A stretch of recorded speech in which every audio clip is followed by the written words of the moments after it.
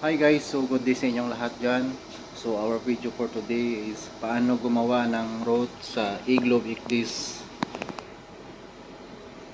Okay, so ngayon gagawa tayo ng route dito sa Igloo Ictis.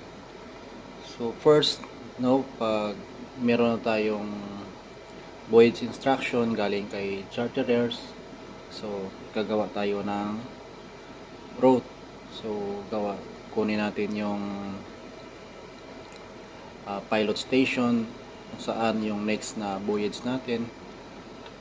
So dito lang yung pupunta tayo sa planning mode. Punta tayo dito sa planning mode. Left click natin yung planning mode. Then ito na yung lalabas pag kinlik natin yung planning mode. So punta tayo sa new. Click natin yung new. Left click. Ayan. Then punta na tayo dito sa ngayon, andito kami sa Spain, dito sa La Coruña. So andyan ngayon nakamoored yung barko namin dito. So left click lang tayo. Ayan. So waypoint 1, nakita nyo meron ng waypoint 1. Then next, left click again. Left click. Left click. So example, let's say pupunta tayo sa pilot station kung saan yung next na intended route natin. So let's say dito na lang, dito kunwari ito yung pilot station na next na voyage. Yan. So left click uli. Ayan, waypoint 5 na tayo. And then left click. Ayan.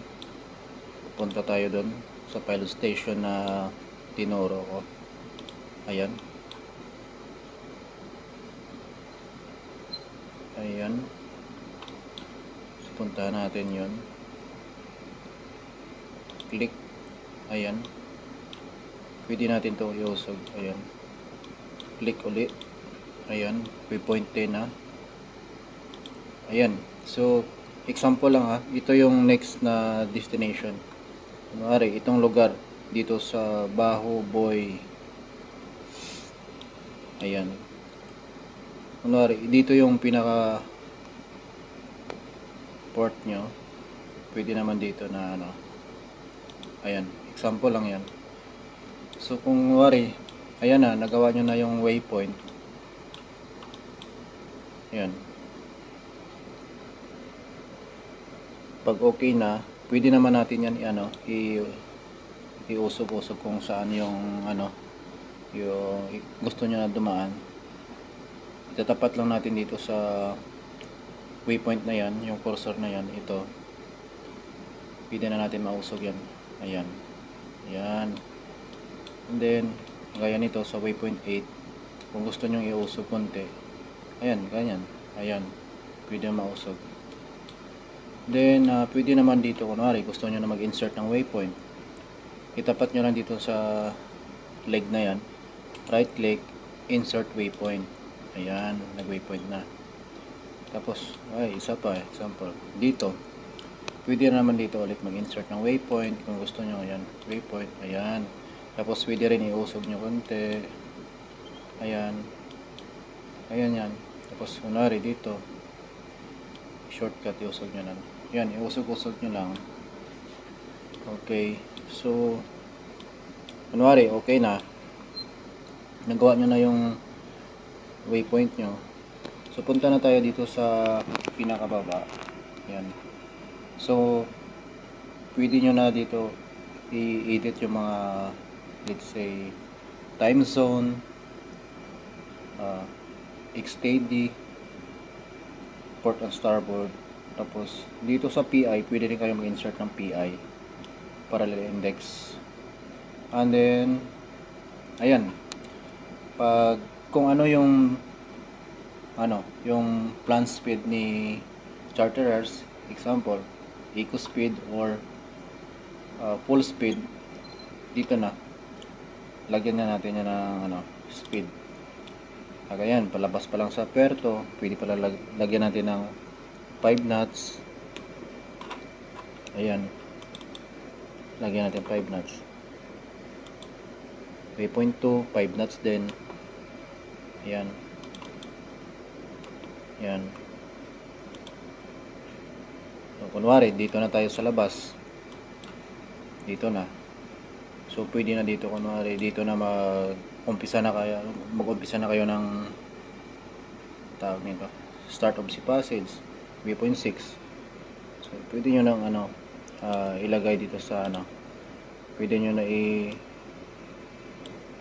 palitan yung speed, lagyan nyo na ng 30 knots.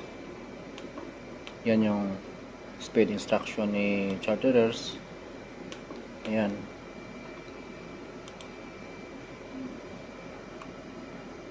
Ayan, 13 knots. Ayan. Oh, ito tayo na. Ayan, 30 knots. Oy. Ayan, 13 knots. Left click lang, tapat nyo lang dito sa cursor, tapos left click, double click. Ayan. Ayan. So, okay na. So, pagtapos na kayo dito sa plan speed, punta na rin tayo ulit dito sa turning radius. Pwede nyo rin baguhin itong turning radius, or dito sa course track, pwede na siyang baguhin kasi kung kagaya nyan, palalakihan nyo yung track. Pwede na siyang gawin na kunwari dito tayo sa waypoint 10. Pwede natin siyang lakihan. 300 meters. Yan. Nakita nyo man, lumaki na siya. Pwede naman tapos lipat ulit dito sa starboard. Gawin din natin 300. Ayan. Ayan, kaya yan. Ayan. So, pagkatapos, pwede nyo naman dito papalitan ulit yung time zone. Dito sa time zone. So, gaya ngayon dito is +1. And then, example, papunta kayo sa destination nyo is +3. Pwede nyo siyang baguhin dito yung time zone. Left click lang, double click, and then yan, +2 yung papunta nyo na zone description. Baguhin nyo lang dito. Ayan o. Yan. Enter lang. Ayan. Kunwari, okay na. So, example, gusto nyo na maglagay ng parallel index. Pwede naman yung lagyan dito ng parallel index. So, dito. Punta nyo lang yung cursor nyo dito sa leg na yan. Right click, add PL. Punta lang kayo, add PL. Ayan, add PL. So, pwede nyo siyang lipat. Gaya nyan. Ayan. Pwede nyo siyang i-adjust sa add PL nyo siya. Ayan. Ayan. May parallel index kayo dyan. Yan o. Pwede nyo siyang i-adjust dito yung parallel index, yung distance nya. Ito. Or pwede nyo rin siyang i-delete. Ayan. Delete nyo siya. Delete. Yan. Pwede nyo siyang i-delete.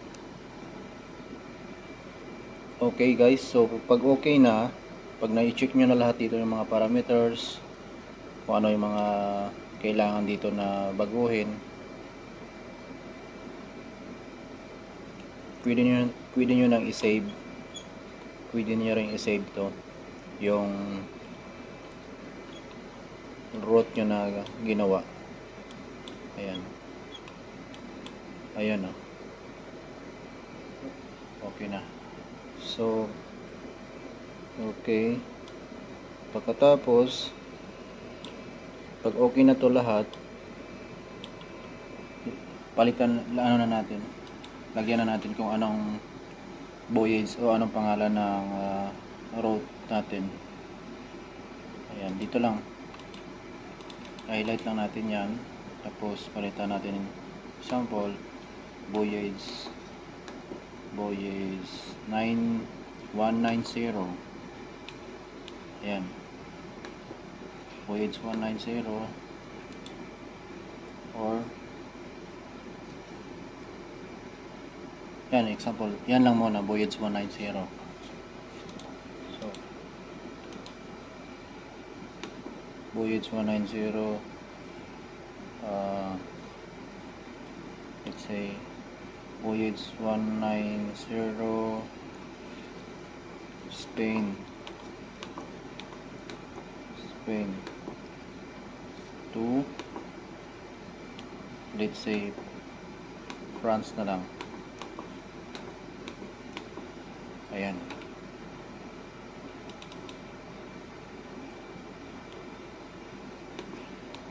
Yan, example lang yan. Okay. So, pwede na natin siyang i-save. Save na natin. Save. So, ayan na. Naka-save na. So, pwede na nating ano yan. I-route-check natin. Pwede i-route-check natin. Ayan. Route check. So, ayan. Dito lang yan. Route check natin. Yan. Okay. So, naka-route check na yan yung ano natin. Yung voyage na yung route natin na ginawa. So, titingnan natin kasi ngayon may nakalagay na dangers. So, tingnan natin yan kung ano yun yung dangers na yan. Dito lang tingnan natin sa safety check. Ayan. So, ayan o. Itingnan natin to.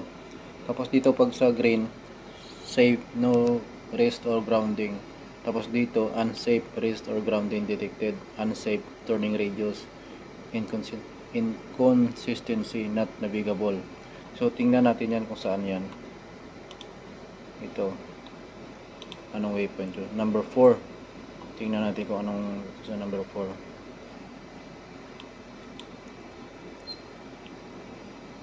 Aha. Ayan, meron siyang na sagasaan dito na parang medyo mababaw lang siya. Tapos yung turning circle niya, pwede natin siyang adjustin yung turning circle niya. Ayan. Tapos yung turning radius pala, sorry. Yung turning radius, ito. Pwede natin siyang i-adjust. Tapos yung speed, nakadepende yan sa turning radius mo at speed. So 0 yung nakalagay na front speed. So dapat natin lagyan niya ng lagyan natin ng 6. Ayan. Let's say 6. Ayan. Tapos pwede natin siyang i-adjust yung turning radius. Ayan. Okay. So pag okay na guys, pag okay na, save natin ulit. So ayan. So punta na tayo sa, so i-close muna natin yan. I-close and then close. Punta tayo dito sa sailing mode and then punta tayo dito sa nav. So i-load na natin yung route natin na ginawa dito. Ayan. So hanapin natin yung voyage 190.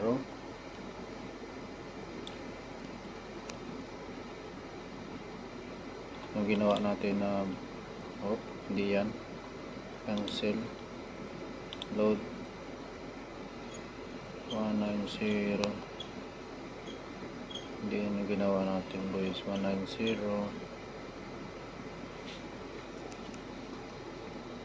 Sana yun. Ito yung sa taas. Ayan. Ito yung ginawa natin. Voyage 1980 Spain to France. So yan. Open na natin yan. So okay.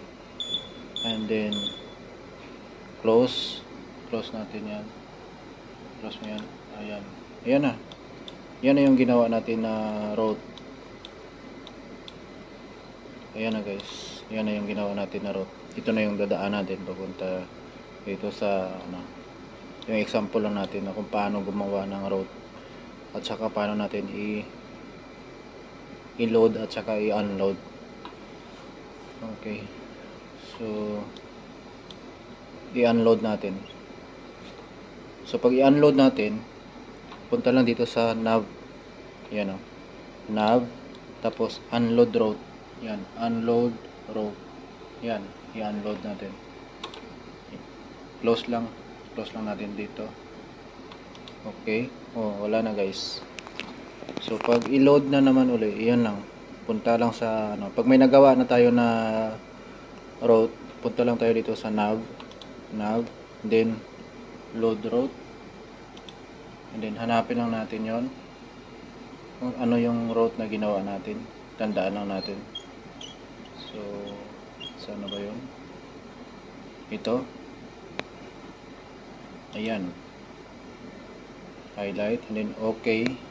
Click okay. Ayan na. Ayan na guys. So ayan na yung ginawa natin. So madali lang. Ayan. Nav. Unload. Unload route. Okay. So delete na natin yon kasi paano i-delete? So pag i-delete natin yon, kailangan pupunta tayo dito sa planning mode. Sa planning mode tayo pupunta pag i-delete natin yung route na gusto nating i-delete. Planning mode. Tapos punta dito sa load. Sa load. Load. Hanapin mo yung route na ginawa mo. Sana. 190. Ayan. Ito yung ginawa natin. I-delete natin ito. Delete. Okay. And then punta ka dito sa delete. Delete. Ayan. Hanapin mo uli yung ginawa natin. 190. Boys. Ayan. Ayan. I-delete na natin. And delete. Ayan na. Delete na. Okay na. So yan lang guys, no? Basic kung paano gumawa ng route sa eGlobe ICDIS. Yun na yung pinaka basic na paano gumawa. So sana may nakuha kayo kahit paano sa aking videos. So next na gagawin natin kung paano naman gumawa ng user chart sa inyong route na gagawin. So guys, thank you sa panonood. Maraming salamat and God bless sa inyo. Thank you.